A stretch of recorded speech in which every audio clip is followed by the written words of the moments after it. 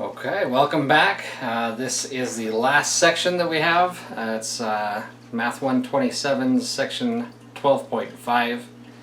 There were a few questions asked on the discussion board, so I'll hit most of them. I'm leaving one, I think, for you to do because it's similar to one that I'm doing. So let's take a look at them, starting with number 5.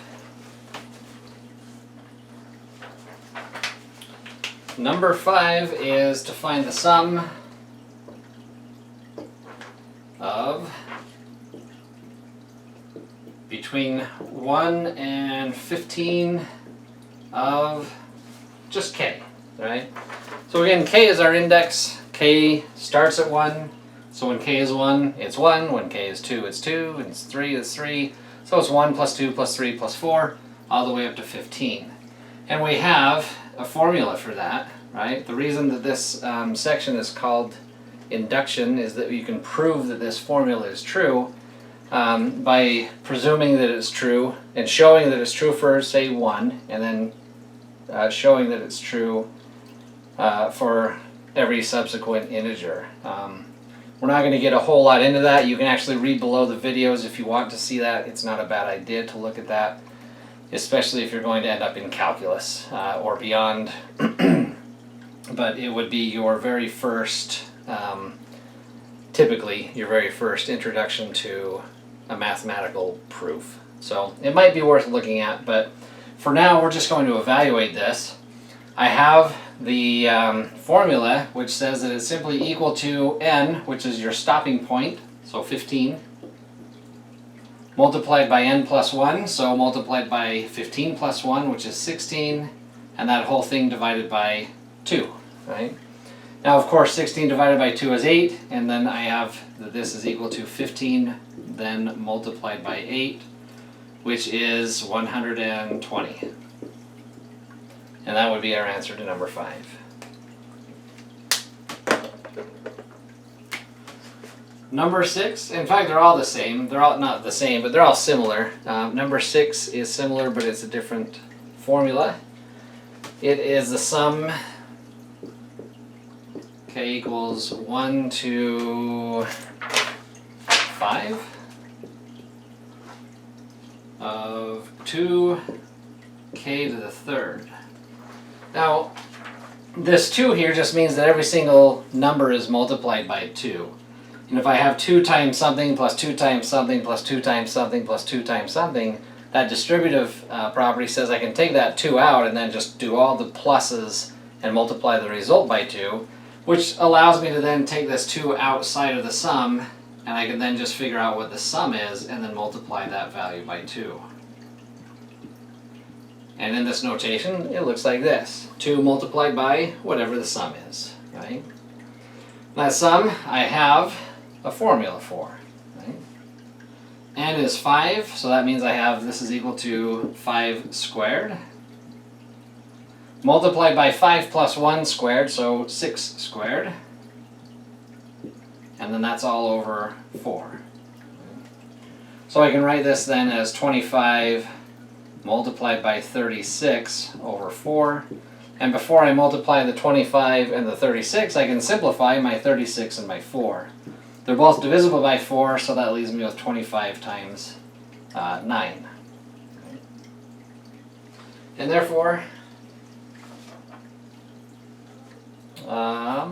this gives me 400 and I wrote 450, but that's not this. Oh, it is. All right, so that's, I've lost my 2, so let me write this in. Is going to be 2 multiplied by that. So in fact, I have 2 times 25, which is 50 times 9, and this is indeed 450. If you're going to pull your 2 out, don't forget it, because it's still there. Right. Hopefully we're good on that one.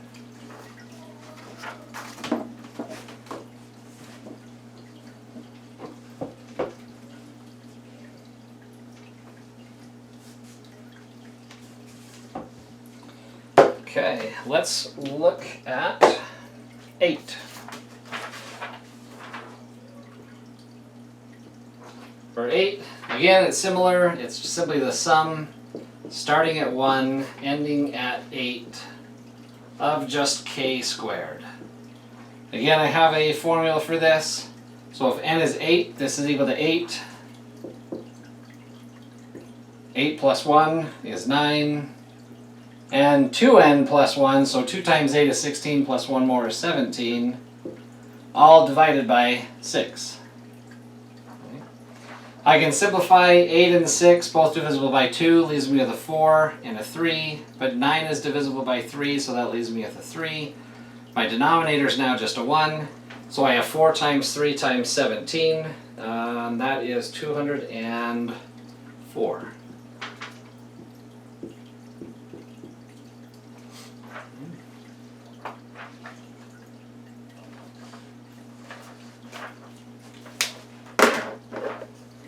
Alright, and let's look at number 11. It says the sum k equals 1 to 12 of 2k squared. So it's very similar to number 8, it's just like it, except I have this 2 again, but I can pull that out. Whenever I have a multiplier in here, I can just multiply this on the outside.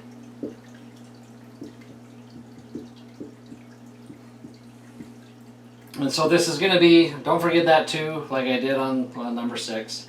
But it's going to be 2 multiplied by that sum, but it's a k squared, so it's n, which is 12.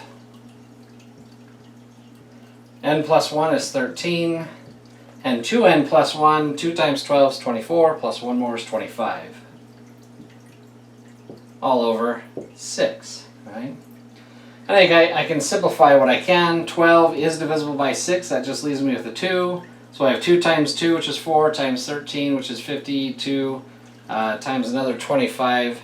That one ends up being 1,300.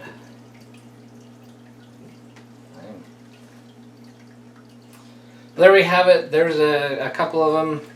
Somebody asked for number 12, but number 12 I think is very similar to number 6. So that should get you through these ones.